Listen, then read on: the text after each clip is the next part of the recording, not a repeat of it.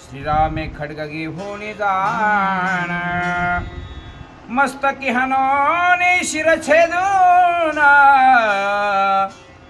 धरणीवरी पाडीले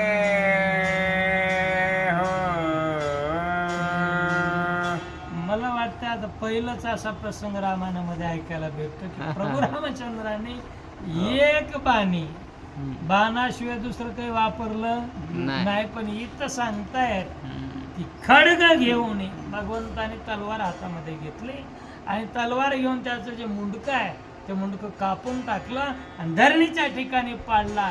कारण दयातीचे नाव भूताचे पालन आणि निर्दळन कंटकाचे. कंटक जर असेल अधर्मानं वागणार असेल त्याला शीर पडता धरणीवरी स्वर्गे देव जय जयकारे इंद्रादिक सामोरे येऊन त्यावसरी श्रीरामासी स्थविते झाले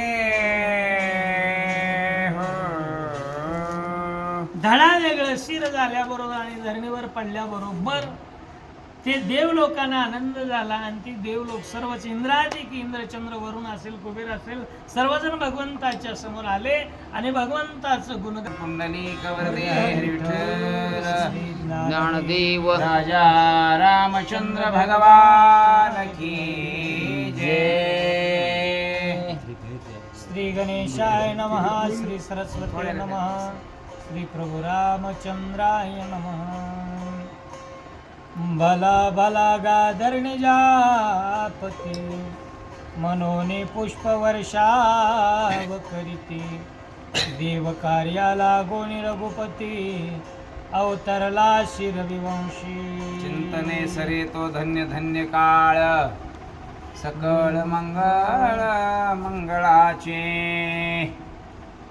यज्ञभूमीमध्ये चाललेला हा उत्तरकांडातली कथा बन्ने सरांनी म्हणजे आज रामायण करून रामायण करणं याच्यापेक्षा महत्त्वपूर्ण कोणतं आहे. म्हणून तुमच्या या मंदिरामध्ये आज ही रामायणाची सेवा करण्याचा परमयोग आला. तुमच्या दर्शनाचा लाभ झाला. ग्रंथकर्ते गावबा महाराज उत्तरकांडातला परिहार सांगतात. भगवान परमात्म्याला विचारलं होतं नारद महर्षीने. नारदजी म्हणतात प्रभू रामचंद्रा धर्म नाही राज्यात काही नाही मग झालं कसं. उत्तर देऊ लागले भगवान परमात्मे पुष्पक नावाच्या विमानामध्ये बसले. पुष्पक नावाच्या विमानामध्ये बसून पूर्व पश्चिम दक्षिण उत्तरेकडे सगळीकडे गेले. पण एका ठिकाणी भगवान परमात्म्याला ही आघाडीत असणारं दृश्य दिसलं गेलं आणि म्हणून त्या शूद्र असलेल्या तो एक धूम्रपान करत होता. एक बाण प्रभूने आपल्या हातामध्ये घेतला, त्याचा शिरछेद केला. सर्व देवदेवतांना आनंद झाला. पुष्पांचा वर्षाव करू लागले. सर्वजण आनंदित केले. राम नामाचा गजर करू लागले. पुढची कथा काय वर्तली ऐका म्हणता. दुरात्मा भला मारिला त्रैलोक्यासी आनंद झाला देव मनती वर मागवैला प्रसन्न झालो तुझ लागी. हो एका या ठिकाणी या 3 लोक आहेत स्वर्ग मृत्यू आणि पाताळ. या पृथ्वी तलावर आनंद नाही झाला, स्वर्गात आनंद झाला, मृत्यू लोकामध्ये आनंद झाला आणि पाताळात आनंद झाला. आणि आनंदाच्या कारणाने असणार आनंदाच्या भरामध्ये माणसं काय मागतील आणि काय दिल असणार सांगता येत नाही. भला भला पुरुषार्थ केला प्रभू रामचंद्र. पण आता काय पाहिजे काय मागणी आहे सगळे देवदेवता असणारे विचार करू लागले. जे मागसी ते समयी श्रीरामा सत्य देव पाई ऐसे बोलो निते सर्वई थोर आनंद पावले. भगवान विष्णू आहेत, वैकुंठातले ब्रह्मदेव आहेत, 33 कोटी देव आहेत. माझ्या प्रभू रामचंद्राला वरदान मागायलेत. काय पाहिजे? अरे वरदान देणाराच तू आहे. मागण्याची गरज काय? अरे मागण्याची आस पाहे मुखाकडे चिंतिल्या रोकडे मनोरथ. तो देव असणारा मनोरथ पूर्ण करणारा आहे. पण आनंद निर्माण झाला सर्वांमध्ये, कल्लोळ निर्माण झाला आनंदाचा. आणि माझ्या भगवान प्रभू रामचंद्राला विनंती करू लागले प्रभू काय पाहिजे मागा. हर्षयुक्त बोलू लागले. सुरांचे मुखी बळीचे वचन ऐकून या श्री रघुनंदन म्हणे स्वामी झाले ती प्रसन्न तरी मृत बाळका उठवावे. हेच चिंतित होते देव. काय चिंता होते देवांना? हे मूल उठलं पाहिजे. कारण आताच गुरुजीने सांगितलं, झाले राम राज्य काय उणे आमाशी धरणे धरियेली पिके ओळल्या गाई म्हशी. आणि मग या राज्यात दैन्य नाही, दुःख नाही, दरिद्र नाही, पीडा नाही. मग घडलं कसं? देवाने एकच विनंती केली माझ्या प्रभू रामचंद्राकडं, प्रभू आमची एकच विनंती आहे या जगातलं आणि कुठल्याही प्रकारचं वैभव नको आम्हाला, पण जे मृत रूपामध्ये असलेलं बाळक आहे ना, त्या मृत रूपातल्या बाळकाला उठवावं हीच आमच्या सर्व देवदेवतांची सुरांची विनंती आहे. प्रभू रामचंद्राकडे विनंती केल्याबरोबर काय प्रकार घडला आहे का? अयोध्ये माझी वृद्ध द्विजाचे बाळ मृत्यू पावले काळ उठवणे तुम्ही प्रबळ यश मज पै द्यावे. आम्हाला आनंद याचा आहे, ज्या अयोध्येमध्ये अधर्माला राजा रचला नसताना, धर्मानं राज्य चालत नसताना मग घडलाच प्रसंग कसा? या अयोध्येमध्ये एक वृद्ध असलेला तो द्विजवर होता, ब्राह्मण होता, आणि त्या ब्राह्मणाचं बाळ का मेलं? तो उठवा, सगळ्या जगात आनंद नाही एवढा आनंद आम्हाला राहील, हाच एक आशीर्वाद आम्हाला द्या अशी मागणी सर्व देवदेवतांनी माझ्या प्रभू रामचंद्राकडे केली. परिणाम काय घडला ऐका म्हणतात. देव म्हणती श्रीराम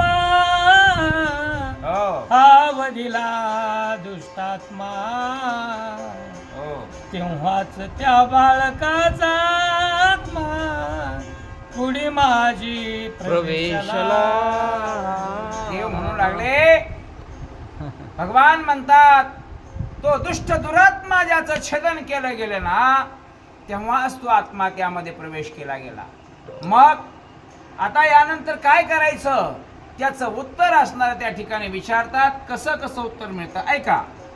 जे काळी शिरछे दिले तेव्हाच तयाच प्राण आले, त्याच्या माता पित्यास सुख झाले स्वद स्वजन गोत्रासे. भगवान परमात्मे सांगतात, प्रभू ऐका, देवादेवतांनो ऐका, ज्या दिवशी मी त्या दुष्ट असणाऱ्या त्या वृत्तीचा छेद केला त्यावेळेस तो मुलाच्या हृदयामध्ये अंतःकरणामध्ये तो आत्मा प्रवेशला गेला, आणि त्यावेळेला एका सेकंदामध्ये एका क्षणार्धामध्ये त्या मुलं असणारं जिवंत झालं. आणि त्याचा परिणाम काय झाला? अहो, एखाद्या बालकाचा असणारा मृत्यू पावून त्या मुलाला पुन्हा प्राण यावा, किती दुःख, त्या आनंद, त्या दुःखातून त्याची निवृत्ती होईल आणि किती आनंद त्या मायबापांना वाटेल. नवे नवे एकट्या माय आणि बापाला नव्हे तर सगळ्या सुरज जनांना, स्वजनांना आनंदी आनंद झाला अशा प्रकारे सांगू लागले. देव ऋषी म्हणती श्रीराम आम्ही जातो अगस्त्याश्रमा, दीक्षा घेतली से पुरुषोत्तमा, जळीवास अगस्तीने केला. बस म्हणले, आता कार्य संपलं, आपलं काम संपलं की आपण आपला रस्ता धरला पाहिजे. हे गावबा काका तुम्हा आम्हाला सांगाले, पण आपलं काही सुटत नाही. म्हणले तिथं निघालो आम्ही. कुठं? अगस्त्य आश्रमाप्रती चाललेलो आहे, जिथं अगस्त्य आश्रमामध्ये जळवासामध्ये अगस्तीने आपलं हे केलेलं आहे, त्या आश्रमाला आम्ही निघालो. विनंती रूपानं असणाऱ्या त्या ठिकाणी आपला आपल्या प्रकारे हात जोडले, देवदेवता तिकडे निघाले. पुढची काय प्रक्रिया झाली ऐका म्हणतात. 12 वर्ष पर्यंत जळी शया कर्या गस्तितेत, तयाच वर्त परिपूर्णार्थ जाऊ ते श्रीरामा. हे रामा, महान तपस्वी ऋषी आहे ते अगस्ती महामुनी. एक नाही, दोन नाही, 12 वर्ष पाण्यामध्ये राहून तपश्चर्या केली. साधी गोष्ट नाही तपश्चर्या करणं. आम्हाला एक, आता मी रामायण वाचता वाचता 25 भाऱ्या मांडी उचलली आणि खाली. 12 वर्ष तपश्चर्या करणं सोपं आहे का? एक तप म्हणजे 12 वर्षाचं असतं. आणि अशा महान ऋषींच्या आश्रमाला आपण जाऊन भेट दिली पाहिजे. कारण भेट जिथं द्या, आपल्या आनंदाला, आपल्या आनंदाला पारावार राहणार नाही, आपलं कृतकल्याण होणार आहे अशा ठिकाणी आपण भेटलं पाहिजे. आणि निघाले सगळेजण. तुम्ही देतवर यावे हो. अगस्तीचे दर्शन घ्यावे तयाचे व्रत श्री राघवे परिपूर्ण आगवे करावे. हो. चला चला त्या ठायावरती. कुठं? ज्या माझ्या अगस्ती मुनीने 12 वर्षे पाण्यात राहून गहन अशी तपश्चर्या केली आहे, तिथं जा. माझ्या त्या अगस्ती महाराजांची तपश्चर्या पूर्ण केली, त्यांचं दर्शन घेतलं पाहिजे, त्यांची भेट घेतली पाहिजे आणि त्यांचं मनोरथ आपण पूर्ण केलं पाहिजे. ही इच्छा आकांक्षा मनामध्ये आमच्या सर्वांची आहे. सर्व देव ऋषी विनंती करू लागले. ऐकोनी देवांचे वचन पुष्पक्या रोडो निरगुणन देवा सहित आला जाय अगस्त्याश्रमात काळी. माझ्या भगवान परमात्म्याला अनेक नावाने संबोधलेला आहे. तो भक्त वत्सल आहे, तो करुणाकर आहे, दीन वत्सल आहे, मनोरथ पूर्ण करणारा, जीवाचं मनोरथ पूर्ण करणारा तो भगवान परमात्मा. देवांचं मनोगत माझ्या प्रभू रामचंद्रांनी मानलं गेलं. सगळ्यांच्या विनंतीला मान दिला देवदिकांच्या. आणि जिथं माझ्या अगस्ती ऋषींचा आश्रम होता, जिथं 12 वर्ष तपश्चर्या पाण्यामध्ये केली, त्या आश्रमाप्रती ते आले म्हणतात. देव भेटले अगस्तीसी हो. घेऊन पूजा षोडशोपचारेसी श्रीराम व्रतांचा अगस्तीसी विस्तारेसी सांगितला. हो. सगळे देव ऋषी जमले गेले. 12 वर्षाची तपश्चर्या केलेल्या ऋषीच्या आश्रमाला गेल्याबरोबर यथानिभूती असणारा सर्वांचा यथोचित सन्मान केला गेला.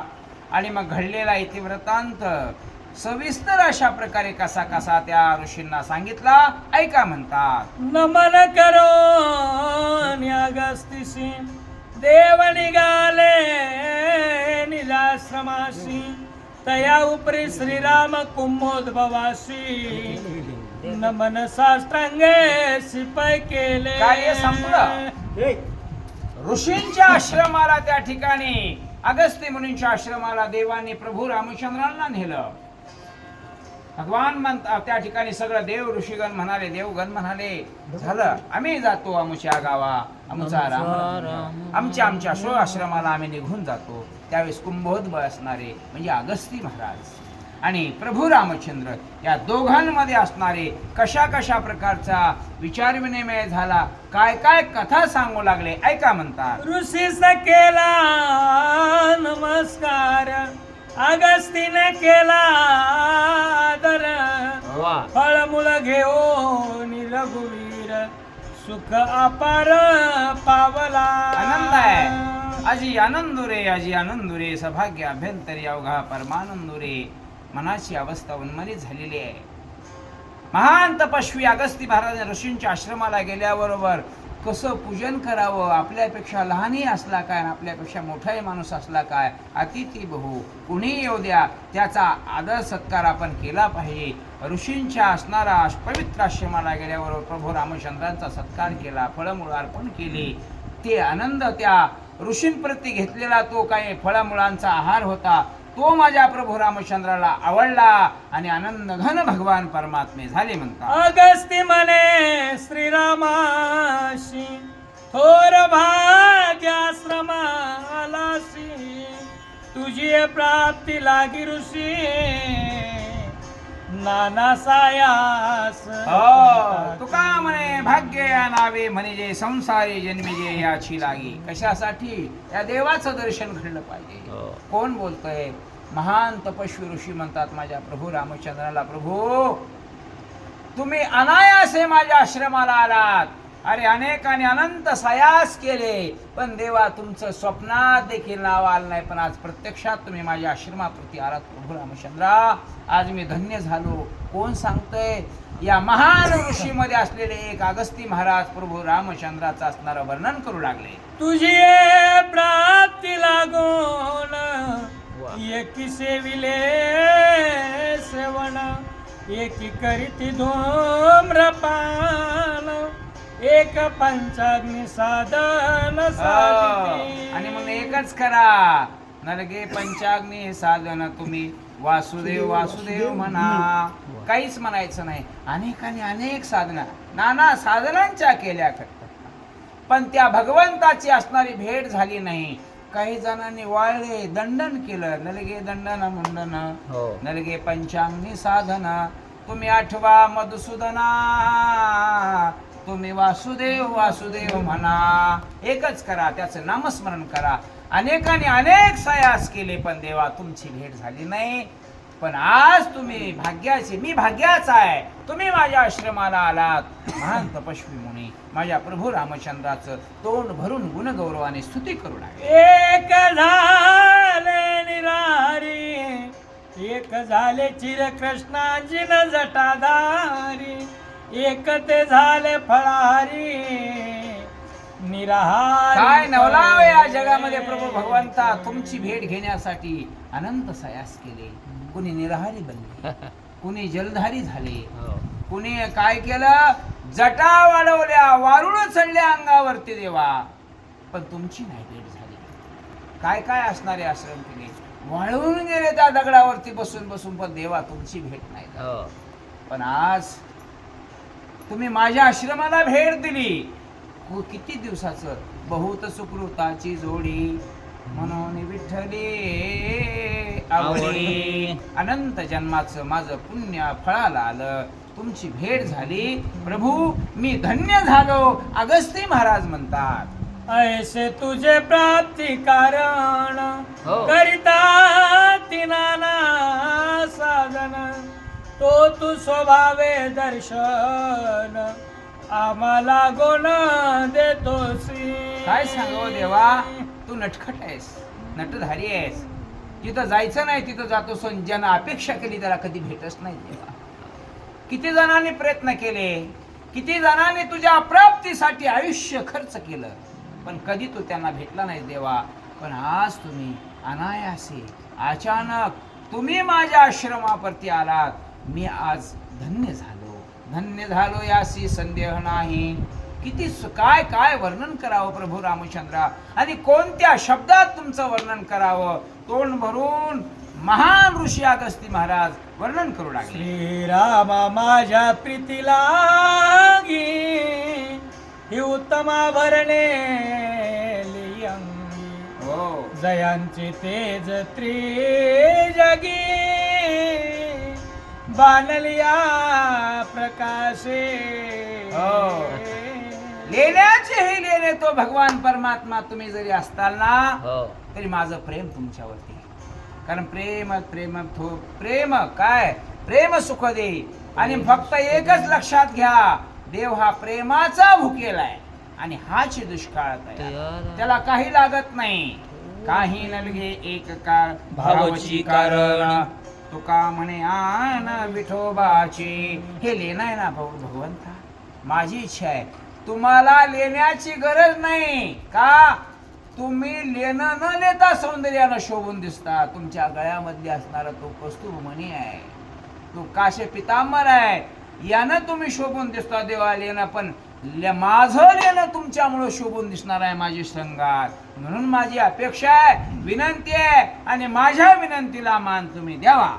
हे उत्तम आभरणे जाण विश्वकर्म्याने केली निर्माण, अंगीकारोने आपण विराजमान पै व्हावे. विनंती आहे माझी, हे सामान्य त्या ह्या व्यक्तीनं बनवलेलं नाही. त्या काळातला फार मोठा विश्वकर्मा नावाचा कोण होता? इंजिनियर होता. आपण आता त्याला अनेक नावांना वेदान देऊया. आणि म्हणून या विश्वकर्म्यानं बनवलेली ही अलंकार आहे, आणि याचा तुम्ही अंगीकार करावा. त्या विश्वकर्म्यालाही आनंद वाटेल, ही अंगीकार तुम्ही केल्याचा मलाही आनंद वाटेल. आणि एवढं श्रृंगाराचं लेणं आहे, हे लेणं लिहून तुम्ही पुष्पक विमानात आरूढ व्हावं, ही माझ्या अंतःकरणातली इच्छा आहे. आणि ही इच्छा तुम्ही पूर्ण करावी. अगस्ती महाराज बोलू लागले. ऋषीची देखोनी परम प्रीती संतोषोनिया श्री रघुपती, आभरणे लेता गगनी दीप्ती, तया तेजांची फाकली. तेज पुंज अशा प्रकारचा असणारा उजळल्या जस दिशा, गगनाली शोभा. कोण आहे? माझ्या प्रभू रामचंद्राला अगस्ती महाराजांनी विनंती केली, एवढं हे लेणं शृंगार तुम्ही लिहिलेच पाहिजेत. प्रभू भगवान म्हणाले, अगस्ती महाराज तुमच्यासारख्या एवढ्या महान तपस्वी मुनींना हे शब्द करावा आणि मी डावलावं आणि मी त्याला असणार त्या ठिकाणी शेत द्यावा नाही. त्यांचा स्वीकार केला आणि भगवान परमात्मे त्या पुष्पक नावाच्या विमानामध्ये आरूढ झाले.